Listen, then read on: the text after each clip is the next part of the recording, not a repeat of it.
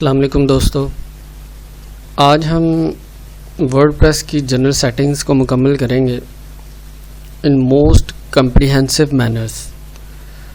हम देखेंगे कि जनरल सेटिंग्स को आप किस तरह मुकम्मल कर सकते हैं और इस तरह मुकम्मल करें कि ये आपकी वेबसाइट की रैंकिंग में जो है वो मददगार साबित हो सके और ये हो भी कम्प्रीहेंसिवली। तो सबसे पहले हम बात करते हैं साइट टाइटल की। अगर आप जनरल सेटिंग्स को देखें तो सेटिंग्स के अंदर ही ये जनरल सेटिंग्स पड़ी हुई हैं। जनरल सेटिंग्स में आने के बाद आपको सबसे पहली जो चीज़ नज़र आती है वो है साइट टाइटल। साइट टाइटल से क्या मुराद है? अगर मैं अपनी वेबसाइट खोलता हूँ ये वाली, तो आप ये देखेंगे ये वाला जो हिस्सा है ये जो आपको नज़र आ रहा है, जहाँ पे वेबसाइट एड्रेस नज़र आ रहा है, URL का एड्रेस नज़र आ रहा है, यही साइट टाइटल होता है। और साइट टाइटल अगर लेट से मैं वेबसाइट खोलता हूँ स्पीरियर मार्केटिंग, लेट से मैं ये खोलता हूँ तो ये वाला जो टाइटल आ रहा है स्पीरियर मार्केटिंग, ये असल में साइट टाइटल है, ठीक है। और ये अमूमन पेज का टाइटल भी होता है, लेकिन ये साइट टाइटल भी यही है। तो नॉर्मली आपको सिंपली अंडरस्टैंडिंग करने के लिए ये साइट टाइटल है, इसको आप यहाँ पर जो आपकी वेबसाइट की नेचर है उसके मुताबिक अपनी वेबसाइट का टाइटल दें या इसको और बेहतर कर लें। साइट टाइटल आप अपना जो वेबसाइट की कीवर्ड है, जो मेन कीवर्ड है, लेट से मेरी टेक्नोलॉजी पे वेबसाइट है, तो मैं कहता हूँ टेक न्यूज़ एंड रिव्यूज़, ठीक है। तो ये एक तरह का कीवर्ड भी है और टाइटल भी है। तो आप अपनी साइट टाइटल जो है वो कम्प्रीहेंसिवली दें। टैगलाइन एक शॉर्ट डिस्क्रिप्शन होती है आपकी वेबसाइट की, जो कि एक यूज़र को देख के समझ आ जाती है कि आपकी वेबसाइट किस चीज़ के मुताल्लिक है। अगर मैं जस्ट ये साइट टाइटल को अपडेट करूं पहले, तो अगर मैं सेव चेंजेस करता हूं और अब मैं वेबसाइट को रिफ़्रेश करता हूं, तो ये देखें ये यूज़र जो URL नज़र आ रहा था वो टेक न्यूज़ एंड रिव्यू से रिप्लेस हो गया है। तो ये जनरल सेटिंग्स होगी। उसके बाद टैग लाइन है। टैग लाइन में भी अपना कीवर्ड यूज़ करें जो टेक्नोलॉजी से रिलेटेड है, गैजेट से रिलेटेड है। लेट से मैं कहता हूँ वी प्रोवाइड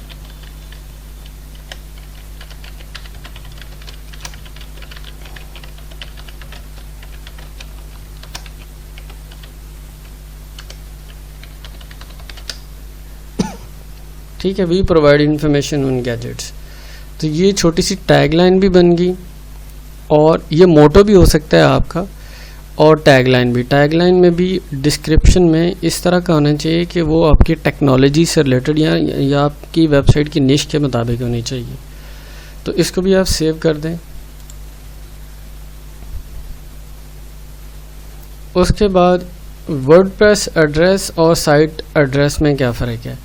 वर्डप्रेस जब आप इंस्टॉल करते हैं तो आपको वो एक डायरेक्टरी पूछता है कि आपने वर्डप्रेस किसी डायरेक्टरी में इंस्टॉल करना है या डायरेक्ट वेबसाइट के एड्रेस पर ही WP public_HTML में जो है वो करना है।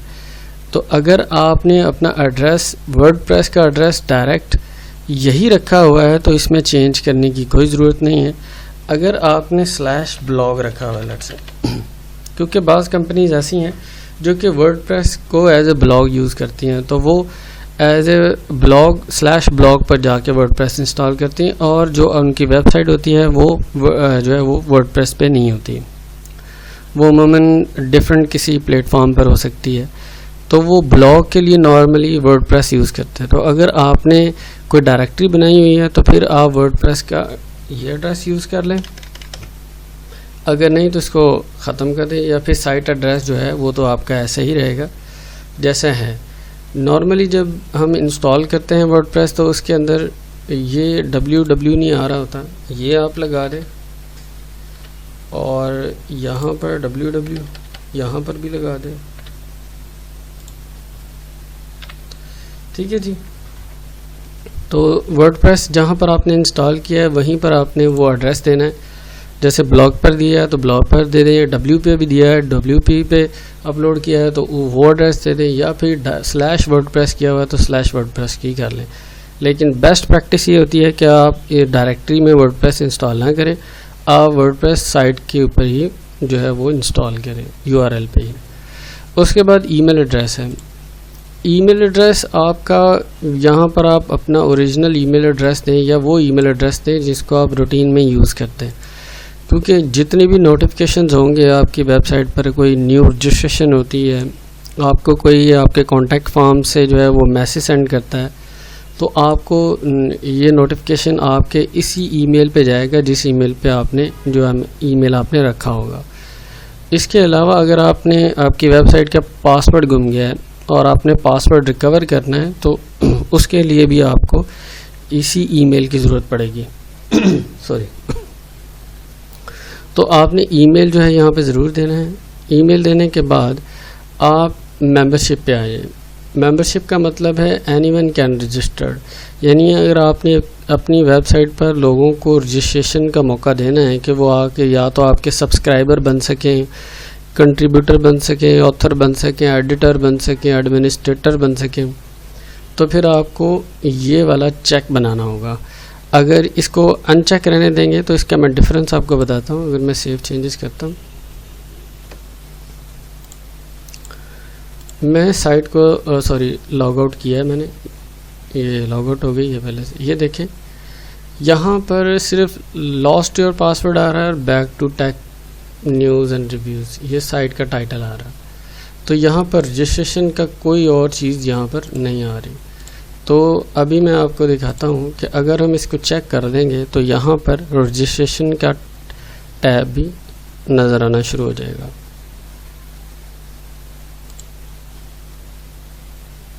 आप चाहिए ये एनीवन कैन रजिस्टर्ड, अगर आप इसको सेव कर देंगे तो अब आप देखना चाहें तो देखें। अगर मैं इसको लॉग आउट करता हूँ तो ये देखें रजिस्टर्ड। अब आपके पास लोग जो है वो रजिस्टर्ड हो सकते हैं, आपके जो है सब्सक्राइबर बन सकते हैं, आपके कंट्रीब्यूटर बन सकते हैं, रजिस्ट्रेशन यहाँ से होगी। ठीक है जी, तो ये हो गया, ये समझ में आ गया आपको। मैं दोबारा लॉगिन करता हूँ उसके बाद, क्योंकि लॉग आउट आप करना यहाँ पे ज़रूरी था। उसके बाद आ जाइए जी आप जनरल सेटिंग की अदर फील्ड्स में यह है सब्सक्राइबर। जो भी यूज़र आपकी वेबसाइट पर रजिस्टर्ड हो रहा है, आप उसको रोल क्या देना चाहते हैं? सब्सक्राइबर का रोल देना चाहते हैं। सब्सक्राइबर का रोल अगर आप देंगे तो वो आपके जितने भी न्यू पोस्ट पब्लिश हो रही हैं, पेजेस पब्लिश हो रहे हैं, जो नई पोस्ट आप लिख रहे हैं, वो उसका नोटिफिकेशन उस तक जाएगा और वो आके रीड करेगा। वो जस्ट सब्सक्राइबर एक रीडर होता है, व्यूवर होता है, वो आके आपकी जो है वो वेबसाइट को विज़िट करता है। मोस्टली जो है वो लोग जो है यही रोल देते हैं, सब्सक्राइबर का ही रोल देते हैं अगर जस्ट वो इन्फॉर्मेशनल ब्लॉग बना रहे। लेकिन अगर आपने बहुत सारे यूज़र साथ अटैच रखने, जो है वेबसाइट बहुत दफ़ा अपडेट होनी, तो आप कंट्रीब्यूटर भी रोल दे सकते हैं। लेट्स से कंट्रीब्यूटर कौन होता है? कंट्रीब्यूटर वो होता है कि जो आपकी वेबसाइट के अंदर पोस्ट लिख सकता है, एडिट कर सकता है, पेजेस लिख सकता है, एडिट कर सकता है, कैटेगरीज बना सकता है, टैग्स बना सकता है, मीडिया फाइल्स क्रिएट कर सकता है, लेकिन उनको पब्लिश नहीं कर सकता। पब्लिश करने के लिए ये जो एडमिनिस्ट्रेटर है, ये जब वो जो कंट्रीब्यूटर है, जब वो ये चीज़ें क्रिएट कर देगा तो ये नोटिफिकेशन चले जाता है एडमिनिस्ट्रेटर के पास। तो एडमिनिस्ट्रेटर का रोल अगर आप किसी को देना चाहते हैं तो फिर वो इसको अप्रूव करेगा या डिसअप्रूव करेगा, तो वो इसको अप्रूव या डिसअप्रूव कर सकता है। ऑथर जो है ये post, pages, media files, tags create कर सकता है, उसके बाद पब्लिश कर सकता है,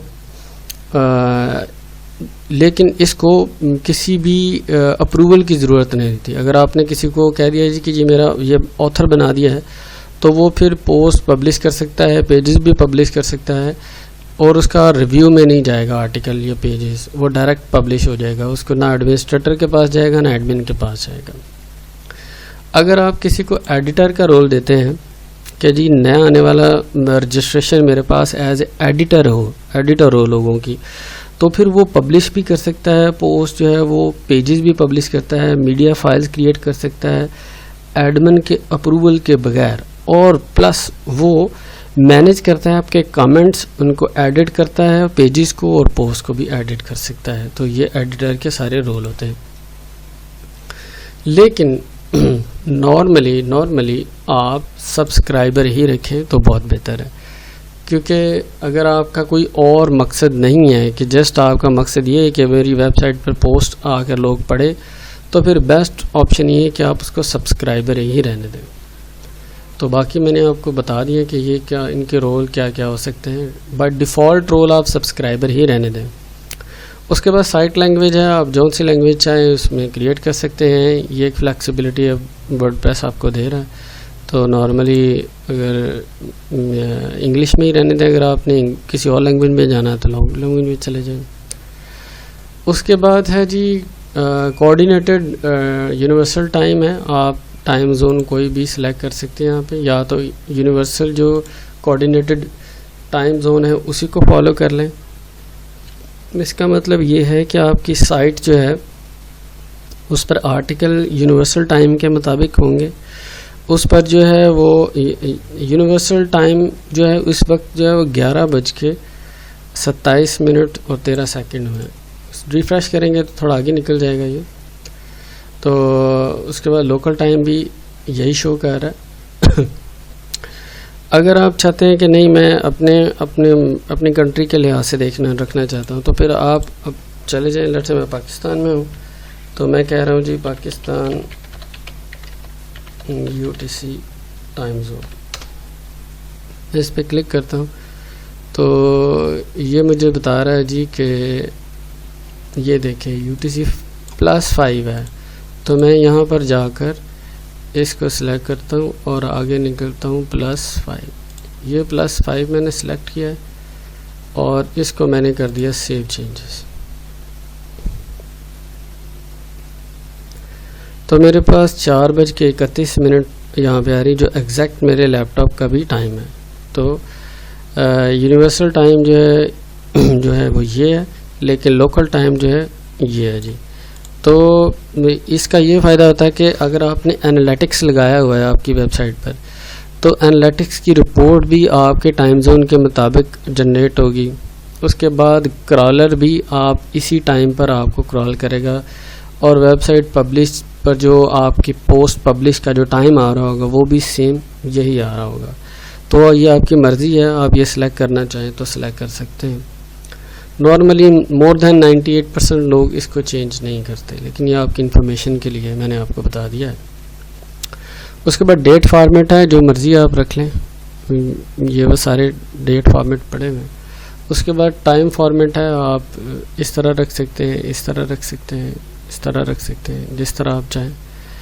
उसके बाद वीक स्टार्ट्स ऑन मंडे का मतलब ये है कि आप चाहते हैं कि जो मेरी वेबसाइट का टाइम है वो मंडे से स्टार्ट हो, आपका कैलेंडर जो है वो मंडे से स्टार्ट हो। अगर मैं देखूं कि यहाँ पर कोई कैलेंडर है मैं जाता हूँ जी विजेट्स में, सॉरी पेरेंट्स विजेट्स, विजेट्स में जाएं।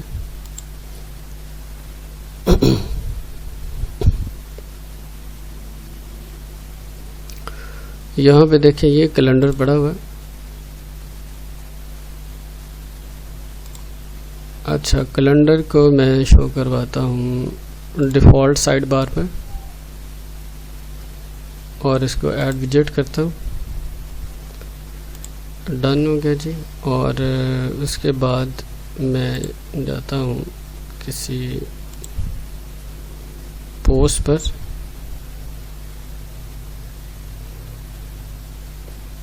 तो ये कैलेंडर है जी। तो वो यहाँ पर बता रहा है कि डे जो है वो मंडे से ही स्टार्ट हो रहा है।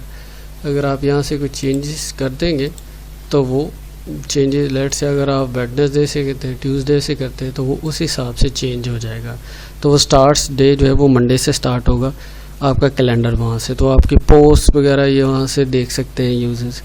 होपफुली आपको ये वीडियो पसंद आई होगी। मैं एक दफ़ा फिर इसको थोड़ा सा रिव्यू कर देता हूँ। साइट टाइटल आपने जो है वो अपना देना है आपकी वेबसाइट की नेचर के मुताबिक। इसमें कीवर्ड डालें, टैग लाइन में भी इंफॉर्मेशनल हो सके तो कीवर्ड डालें। उसके बाद वर्डप्रेस एड्रेस है, आप जहाँ पर वर्डप्रेस आपने इंस्टॉल किया है उसका स्लैश यूज़र नेम दें, वो फोल्डर का नेम दें। अगर नहीं है तो फिर जैसे इसको सिंपली ऐसे ही रहने दें। और उसके बाद साइट एड्रेस आपका सिंपली ऐसे ही है, ईमेल एड्रेस डालें। और उसके बाद मेंबरशिप को जो है वो इस तरह चेक कर दें। यूज़र जो डिफ़ॉल्ट रोल सब्सक्राइबर रहने दें, इंग्लिश लैंग्वेज रहने दें, टाइम जोन जो आपको पसंद है वो रख लें और उसके बाद सेव चेंजेस कर दें। That's all about general settings. हो आपको ये वीडियो पसंद आई होगी, आप हमारा चैनल सब्सक्राइब कीजिए। हम फ्री में कंसल्टेंसी देते हैं अपने सब्सक्राइबर को अगर उनको कोई प्रॉब्लम है एसईओ में, वर्डप्रेस में, anything that can help them. Thank you so much. Allah